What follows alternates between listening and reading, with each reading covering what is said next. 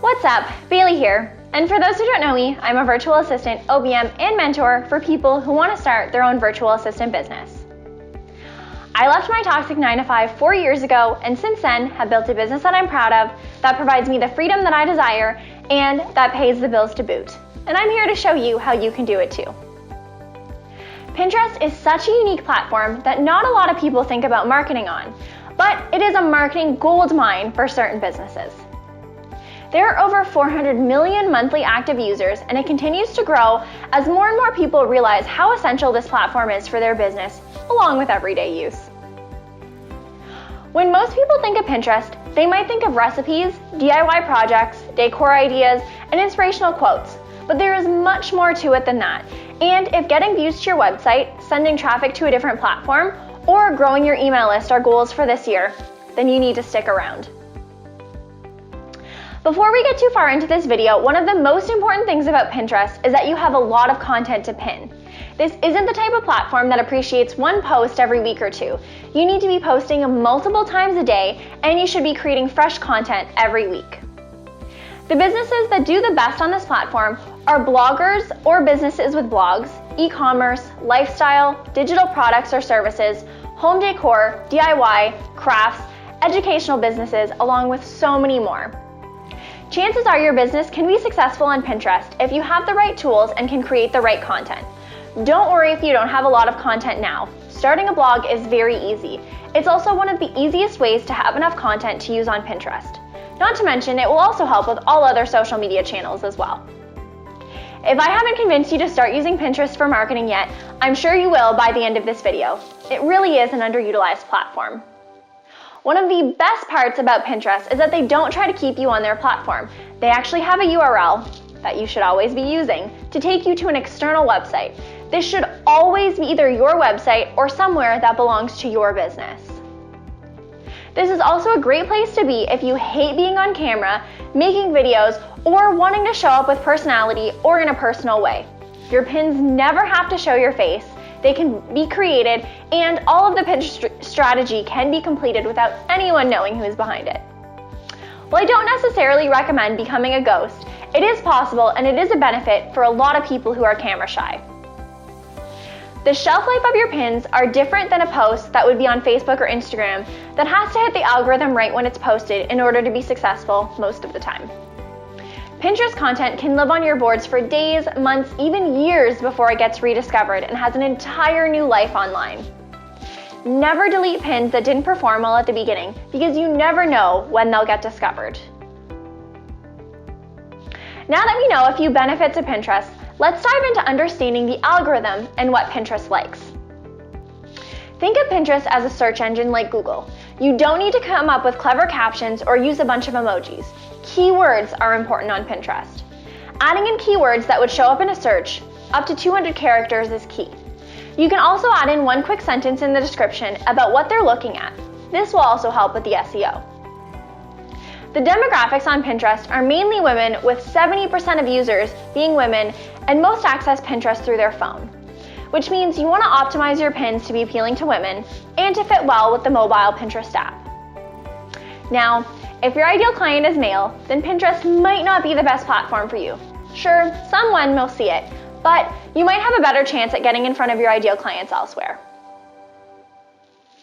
The Pinterest algorithm will look at your pins and boards to see what you're all about. Like I mentioned above, SEO and keywords are very important because they help Pinterest identify who you are and your business. From there, Pinterest will begin to pull your pins based on the SEO and keywords you've chosen and the popularity and frequency of your pins.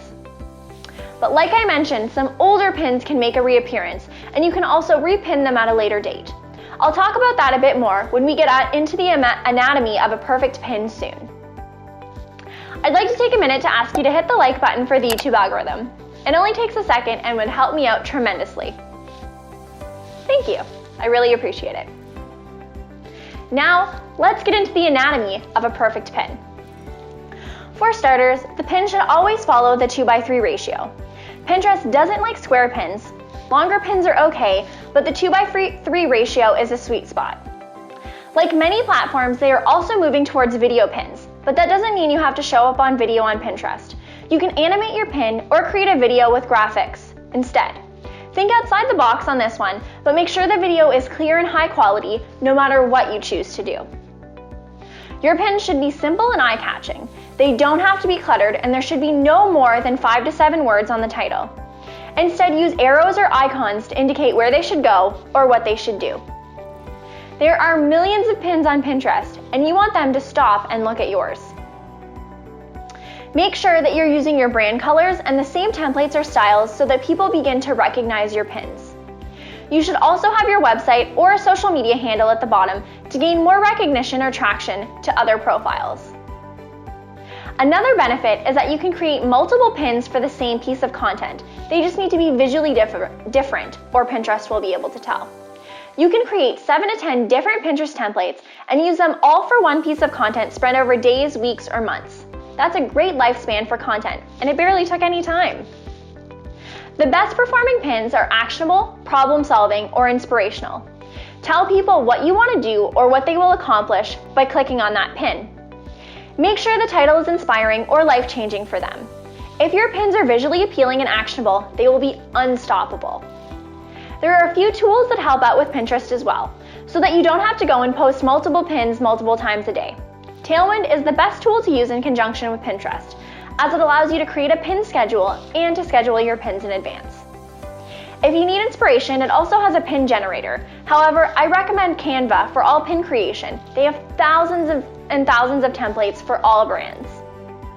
TAILWIND also has a tribes feature that helps you connect with others in your niche, but they aren't necessarily direct competitors, and they can help get more eyes on your pins and vice versa.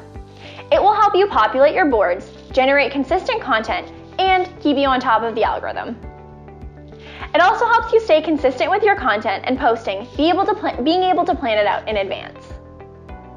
Overall, TAILWIND is a great tool to have for Pinterest marketing, and if you haven't gotten it yet, I suggest you check it out.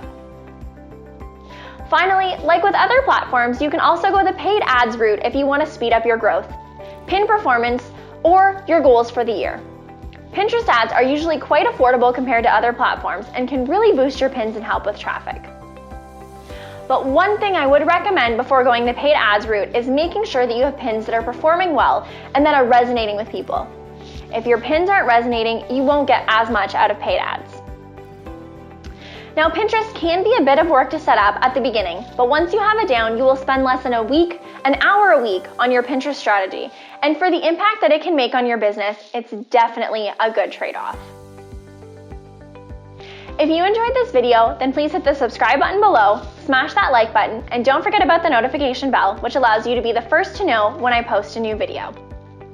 I create videos all about how to start your own virtual assistant business, and I get very real about the trials and tribulations of being a business owner. You don't want to miss it.